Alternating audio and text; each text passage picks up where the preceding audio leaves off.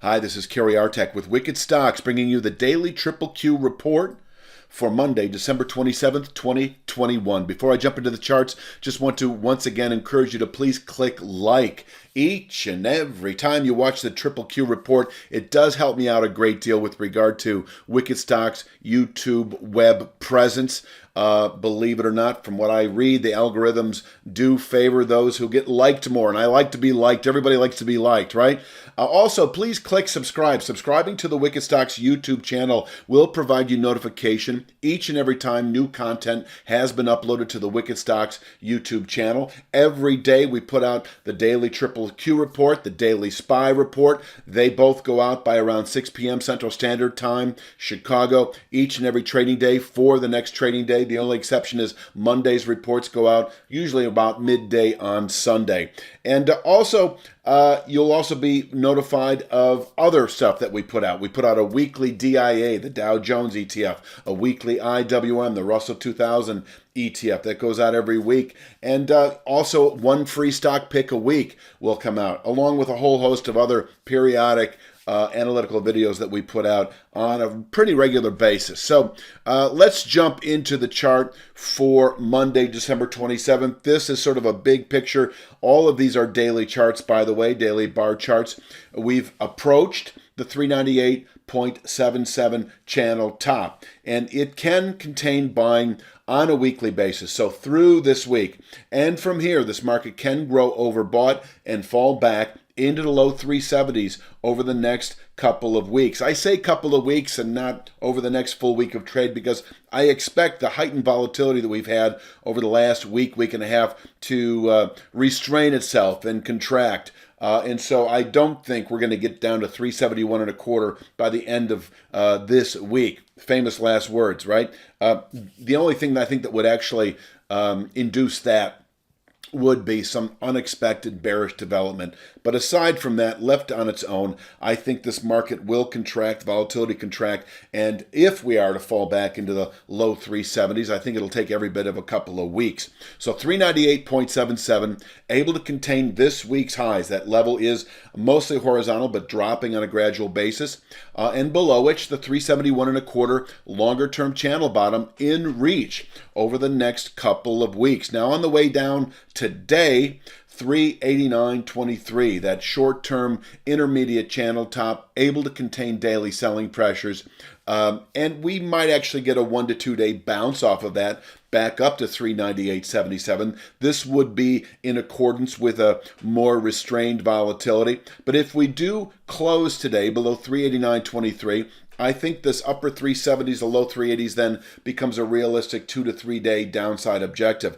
378.90 is the early December low. 380.69 is the low settlement price so far following the November high. And so that area, it's about a little over 1.5 points, can absorb 2 to 3 day lows if or when tested.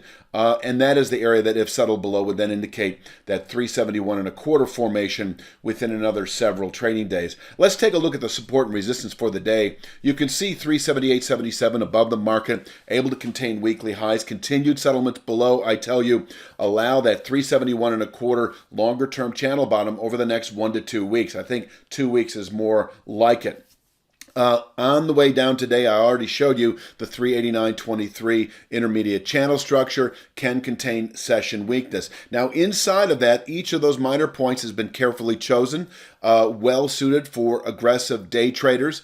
But honestly, I think that the market can fall back today to 389.23. So long as it opens and holds below 398.77, this market can fall back to 389.23 today, where we can place a daily low.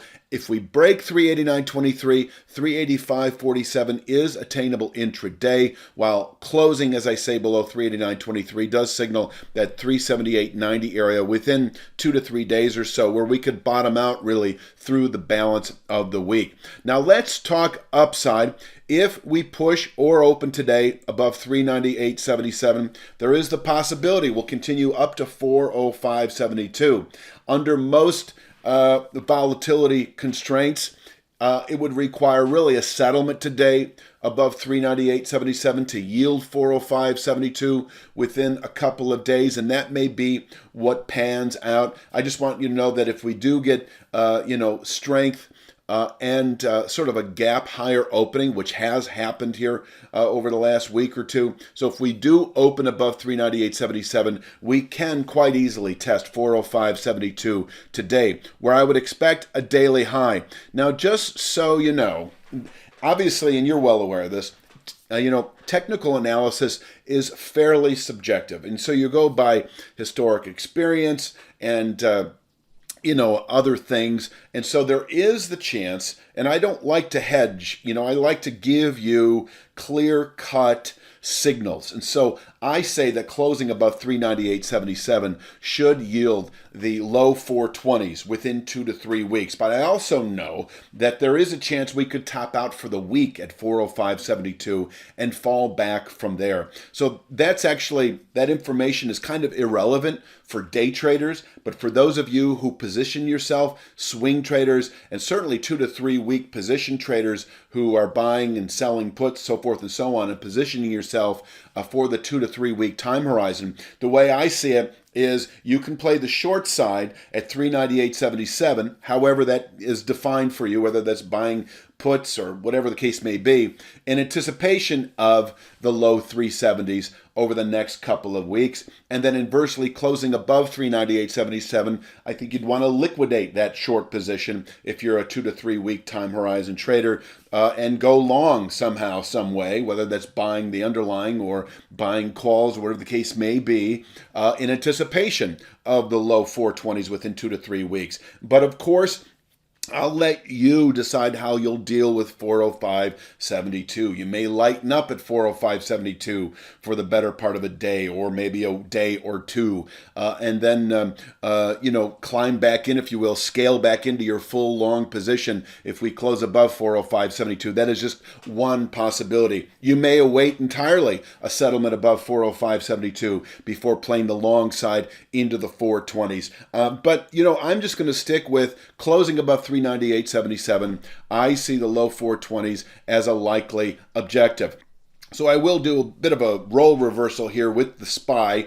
I was leaning on the QQQ for a valid buy signal in the SPY about a week or two ago, and now I'm going to offer you 478.04 in the SPY as a buy signal for the QQQ. So what am I saying here? Closing above 398.77, yes, a valid buy signal into January trade. And, you may want to see the market also, the SPY close above 474.08 for sort of intermarket validation. So I don't mean to confuse the issue. If I were just going with the plain old Nasdaq-100 QQQ ETF, it would be a settlement above 398.77, and then I think you can play the long side into January trade, and then you could add to that long position with a settlement above 405.72. Let's take a look at the support and resistance levels once again. If we happen to push or open today above 398.77, that 405.72 formation I say is possible intraday target. You can see that. But under most circumstances, closing above 398.77, we should then reach that 405.72 within a day or two of that. And then, as I say, in the 398.77 line of text, closing above 398.77 for 2027 in reach over the next 2 to 3 weeks, which is once again this rising channel top on the daily chart. And there's a lot of stuff going on the weekly chart in the lower 420s, all the way up to 424 or so. I will show you that, obviously, if we close above 398.77 and then get some follow through to the upside. I think that that's really all that needs to be said for the daily QQQ report for Monday, December 27th. Please click like and subscribe. I appreciate that very much. I'll be back again on Monday afternoon for Tuesday's daily QQQ report. That's all I've got. You have a great evening, great day, and we will talk soon.